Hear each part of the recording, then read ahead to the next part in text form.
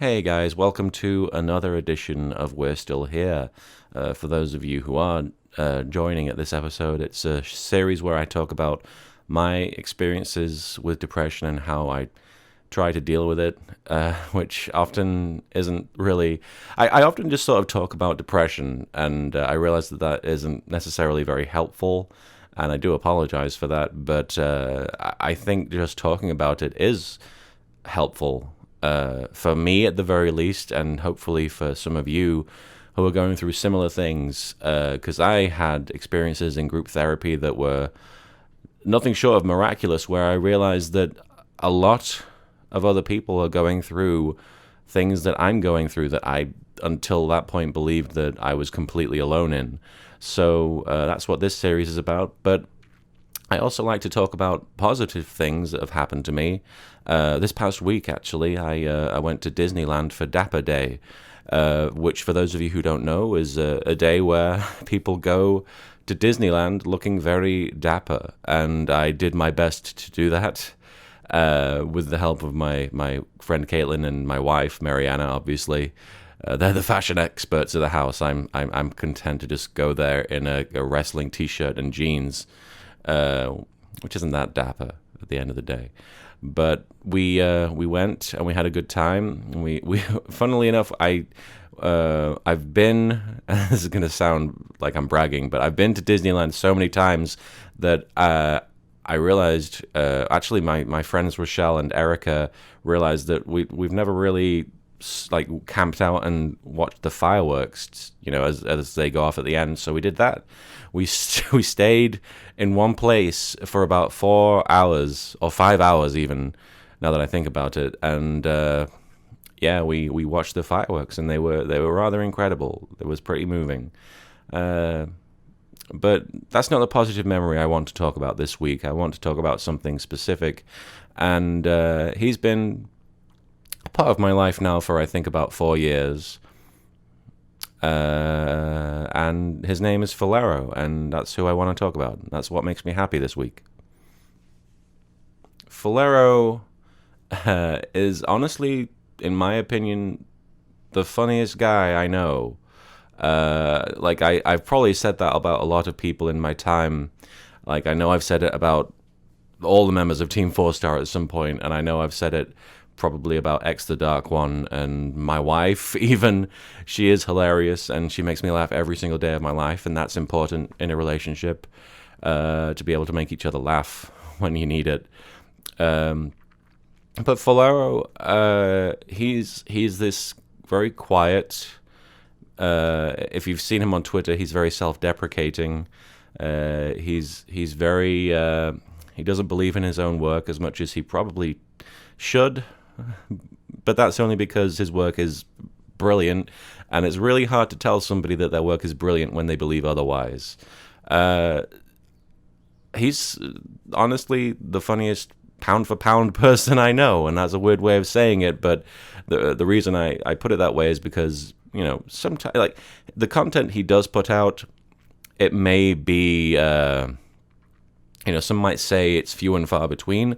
That's not a very good way of putting it. The content that he puts out is consistent. It's just unfortunate that the work that he does, for example, when he was into doing a bridge series, that's a colossal effort for a single person. Even if he has a multitude of voice actors at his disposal, it's a lot of work to write and direct and edit that stuff. And I'm speaking a little bit from experience there. And he's done a bunch of other projects as well, and it's always been consistently hysterical. I don't know how else to put it, but he makes me laugh more than anybody else makes me laugh, and there are times when I've really needed that. I'm sure if you're watching this channel, chances are you come here for a good giggle sometimes, and I haven't really been providing that for the last 6 or 7 months or so. But chances are you've giggled or laughed at my material at some point. You may even laugh at this. Who knows? And you'll know how important that is. You'll know that that's, the old cliche is laughter is the best medicine. And I guess if that's the case, then Faulerro is a professional surgeon in that regard. Do surgeons prescribe medicine or give medicine or create medicine? I don't think they have anything to do with medicine, in which case my metaphor doesn't work. But Faulerro would appreciate that, I think. I guess in a way, like, he's always kind of been like a mirror for me. I don't know, like, as I'm, and I hate to say this about him when I'm trying to present him in a positive light, but I don't want to, I don't want to talk about one aspect of him and just ignore every other aspect of him. But he's very down on himself, very publicly down on himself a lot, and whenever I'm writing, I'm down on myself frequently.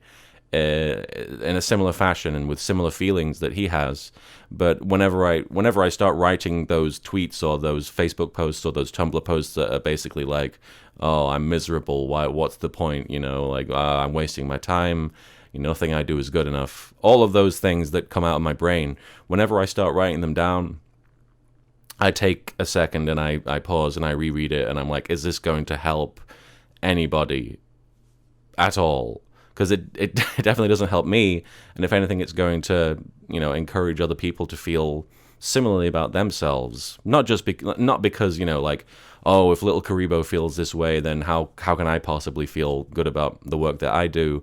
But because just putting a negative feeling out into the world tends to stir more negativity, and I'm not criticizing him for that. What I'm saying is that when I see him doing that, I'm reminded of the fact that it's very easy to feel that way and feel that way strongly. Like, he'll tweet things like jokingly, but chastising himself about his lack of content. And in my mind, I'm like, yeah, I'm right there with you. Like 90% of the time, if not 100% of the time, I'll read things that he says, and I'm like, I'm right there with you. And in a way, it's nice to know there's somebody else on the same boat as you. But it can be worrying. The thing about Faulerro is, like I said, he's the funniest person that I've ever met. And he's been something I've needed at times, his material at the very least. More than anybody else, I go to his videos for times when I don't have anything else that can help. And these are things. Funny, these are things that I've heard people say to me, and they mean the world. But until you feel this way yourself, or want to open up about feeling that way, it never really quite hits you the same as it would, if it's on the other side. And Faulerro's videos have helped me, and I'm not going to say go check out his stuff and they'll help you too, but I genuinely think he's doing a very good thing.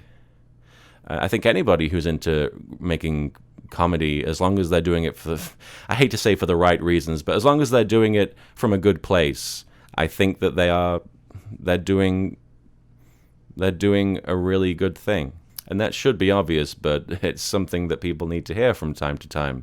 And Faulerro's definitely doing a good thing for people, and certainly for me. In my opinion, he's essentially me, only without all the bullshit. Whenever, as far as comedy goes, anyway, he's just like he seems to be more naturally able to create the kind of humor that I wish that I could create. My first experience with him was when, strangely enough, when he did a sequel video to the Naruto abridged movie, where he took a lot of the running jokes from Masako X and Vegeta in 3986's abridged movie and just pushed them way further than he had to, and made this really ridiculous video that I highly recommend. I think it's just called NTAM2, NTAM2, and it made me laugh so hard into the night. I remember it very vividly, just being like, whoa, who is this guy? And I know that he'd been around, but I don't think he'd been noticed the way he was after that video, at least as far as I'm aware. And as a result of watching that, I know we got in contact with each other. I don't think we became instant best friends or anything like that. In fact, I don't think we are best friends, but he's a close friend, as close as any of my friends are, which is to say, in some cases, not very, unfortunately. I'm just not a very outgoing person for the most part. But, Faulerro is somebody that I really want to see do well. And I think he deserves a lot more credit than he gets, or that he gives himself. One of my favorite memories of my entire life is when he came to the British convention that I talked about last week, Alcon, and he didn't have a place to stay. So I was like, I have a room, why don't we share the room, and hopefully it won't be too awkward. But it turned out to be really great, because he was super nice, and I remember staying up pretty late one night talking about wrestling with him, and that was before I'd even gotten back into the WWE or making videos about it. That was 3 or 4 years ago, and I just remember laughing my head off thinking about Kurt Angle wearing a chicken costume, and it's memories like that I go back to from time to time when I'm in a bad place. And his videos, they're bloody funny. I don't know how else to say it. I think he's somebody I aspire to, and I don't aspire to many things or people or anything. So, I want him to know that I not only do I love him, but I look up to him as well. So, yeah. And if you're interested in Faulerro's work, I'll put a link to his channel in the description. At least I hope I will. I've forgotten to do stuff like that before. But in case I don't, you can check out his newest thing. It's a thing. I'm sure that's how he would describe it as well. It's a podcast that he does called Rocher Hotel, which has got about 25 episodes on iTunes at this point. And it's if you like improv, it's well worth checking out, because he's got a bunch of amateur voice actors on there. A couple of Team 4-Star members have cameoed on it. People like Marsico X, X the Dark One, Antfish, Takahata 101's been on there. But it's mostly just him and his friends and, his VAs that he knows, and getting together and having a laugh and doing improv. And I'm big into improv and podcasts right now, so it's basically the perfect storm of material for me. I'm really enjoying it. So please, if you can, subscribe to that. It would make his day if you did, and it would make my day if you did, because I love that guy and I want him to be very happy. I had an experience this year, early this year, I believe, when I saw the film The Skeleton Twins, or I saw part of the film. I watched the first 5 minutes, and it made me so uncomfortable I almost fainted or threw up or something. My whole body was reacting very strangely, but I knew it had to just be a mental thing. I was having a really strong panic attack, is what was happening. I was struggling to breathe. I fell onto I fell onto the couch after turning off the movie, and I just breathed for 5 straight minutes. I think I just focused on breathing, and that's the effect that it had on me, because the first 5 minutes or so, just warning, it might be upsetting to hear about because it was upsetting for me, but the first 5 minutes are basically detailing somebody's attempt at suicide. And it was not that graphic, but it was graphic enough, and it felt real enough to me. And that's a credit to the movie, I suppose, but it felt real enough to me to the point that, and it reminded me of every thought I've ever had about wanting to kill myself. And it made it almost all too real. I've definitely thought very heavily about it, but I've never been put in a position where I was forced to just face that. And it opened a bunch of, I guess, wounds inside me, and I wasn't ready for it. And I still haven't gone back to rewatch the film, even though I've been really interested in the film, and I love everybody involved, and apparently it's a great film, but I've just not been able to. thing is, whenever I hear suicide talked about, even, or just mentioned in passing, I have sort of a gut reaction. It's like sort of, I don't know. I guess it's like flinching internally. I just sort of, oh, that thing. Yeah, I have to acknowledge that, don't I? So that's really difficult. What's more difficult for me is whenever suicide is shown on TV or in a movie or in any form of medium. It's just hard to face. I wouldn't say it was a trigger for me. I mean, I guess an emotional trigger. I don't completely break down these days, so I hesitate to call it a trigger. But I'm sure you have at some point felt similarly about any number of things that you could call a trigger, and it's devastating. It feels like you can't live your life the way you want to live, knowing that you've got this one. It's like when you're a child and you're trying to jump on all the pavement stones and you're trying to avoid the ones with the cracks in. Well, that's one with a very big crack in, and every time you step on it, it basically breaks a little bit more. And that's what it felt like, at least when I was watching that film. And like I said, I haven't gone back. And as a result of that feeling, I tried my best to avoid anything with suicide involved. In the back of my mind, I'm like, that was probably a bad idea.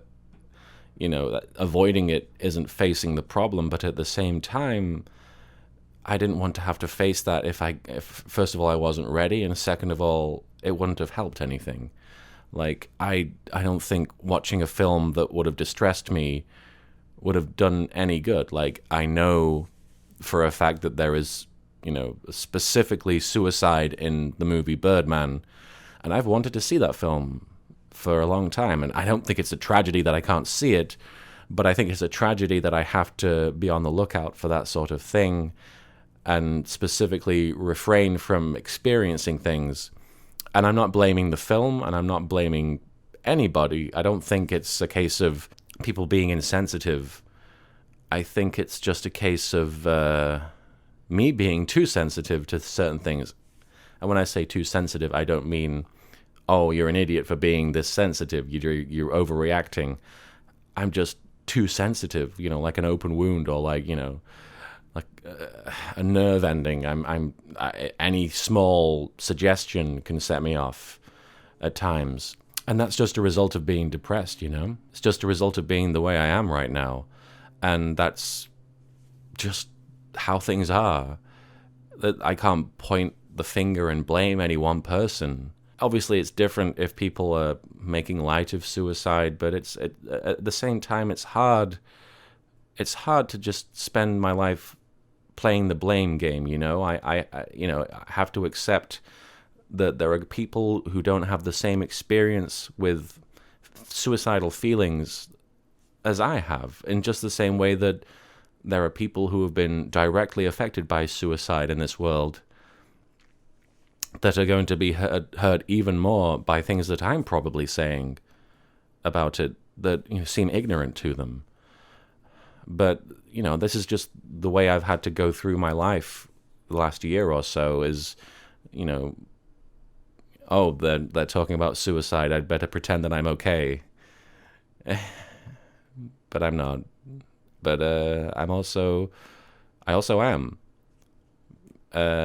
Because I've, and I'm not saying that this is through any one specific action on my part. I didn't get better because I avoided films with suicide in them, but it made me able to not worry so much about it, which made me able to focus on getting better. At the end of the day, I can't avoid suicide, or mention of it at the very least is what I mean. I can't avoid references to suicide in the world altogether. And it makes it difficult at times.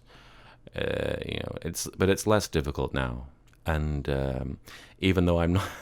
The problem with these videos is I can't possibly give you a step-by-step map to getting out of depression. Depression hasn't got any directions to avoid it or to get out of it.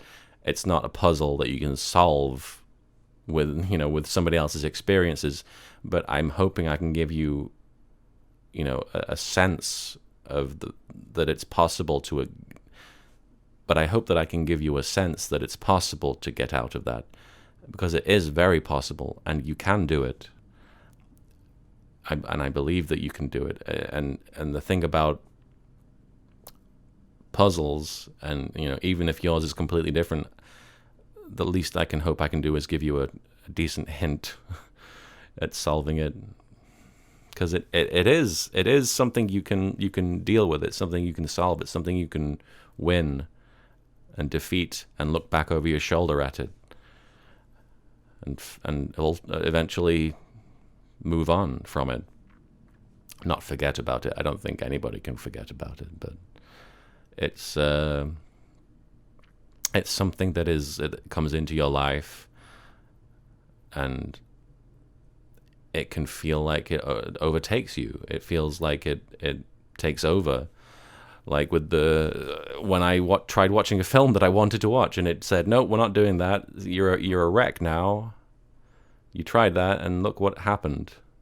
But I learned from that, and I learned that I'm not comfortable with certain things, and it's best to avoid them. Not possible to avoid it altogether, but I can make my experience a little more comfortable for me. And my friends have been very respectful of that. A lot of my friends have specifically tried to help me with that and avoid talking about it and avoid joking about it, which, they don't have to do that. But it made things a little easier for me, a little harder for them. And, now that I'm better, they don't have to do that, and I don't have to worry them so much. So, we both win, I guess. I don't know what you're currently dealing with, but if there are people talking about the situation that you're in, even if it's not specifically the thing you're dealing with, but if it's the subject of the problem, and they say it without knowing, don't blame them, because they don't know necessarily. But also don't pretend so much that it's not bothering you. Maybe take them aside and tell them in private, or when the situation seems appropriate. Don't run at them screaming, how dare you, and don't try and police everything that they do and say. But make people aware that this is something you're dealing with, and that you're trying to cope with it. I didn't talk about it too often with my friends. I every so often I would allude to it, and people would nod knowingly. Like at a Thanksgiving party I went to last year, the thing I was thankful for was all of my friends and the fact that I was still here, and they knew what I meant. I didn't have to rant and rave about suicide and how blessed I was to have them in my life, and I am blessed to have them in my life. But your friends will understand. And the people who don't understand aren't your friends. Or they're just ignorant people that you just have to accept that they might not get it sometimes. Because there are things that I don't get. There are experiences that I will never have, that I can't possibly have any frame of reference to. Just know that even if something feels like an attack at you because it hurts, like somebody's attacked you or lashed out at you, that might not be the case. And if they see you hurting, and you let them know that you're hurting because of it, they'll hopefully know better next time. But it's not going to be avoidable forever, unfortunately. But just know that one day you won't feel the same pain that you felt the first time, or the second time, or the third time, or the 500th time. Because sometimes it stays fresh that long. But one day you will be capable of dealing with the problem that you're having, or the fear that you're having, or the emotion that's overwhelming you. You will be able to deal with it. Maybe not the same way every other human does, but you'll be able to deal with it. And you'll be able to do the things that you want to do, and enjoy them without this constant fear one day. And I can't guarantee that it'll be soon, but it will happen. And it's worth being here for. It's worth living to see. I don't know if any of that helped, but I'd like to think that it went a ways towards helping. I keep saying that. I keep being like, I don't know if anything that I'm doing is worthwhile. I don't know if anything that I'm saying is landing. And there are people who come into me and say that it helps, but in the back of my mind, I'm thinking about all the people who tune in and don't get anything out of it, and may even feel worse, or may be angry at me because I don't understand their problem. And I wish I did. I really do. I really wish that I understood every problem that was out there and could help. But I just have to accept that all I can do is, for the time being, is this, and share my feelings and my thoughts, most of which, I'm not a professional, I'm not trained to do this at all. And I have to keep saying that because I know that one time I'm going to say the wrong thing and I'm going to hurt somebody. And I want to avoid that as much as I can. But it's going to happen. I'm going to say the wrong thing. I'm going to put my foot in my mouth because that's what I do. I'm human. And not even a very good one, you know? But I'm trying, and that's important to me. I'm trying very hard. And I'm smiling in this video. I'm smiling at the end of this one. I'm not crying my eyes out like in the last one and like in so many others. You know, I actually, having said that, I started crying before making this one. And so maybe I just got it out of my system. I don't know. But here I am. And we're still here for this week. And I hope that it did something. I hope that even if it was just like, oh, this was a nice bumper between videos, you know. I hope that was a good bumper. And thank you for watching. Take care of yourself.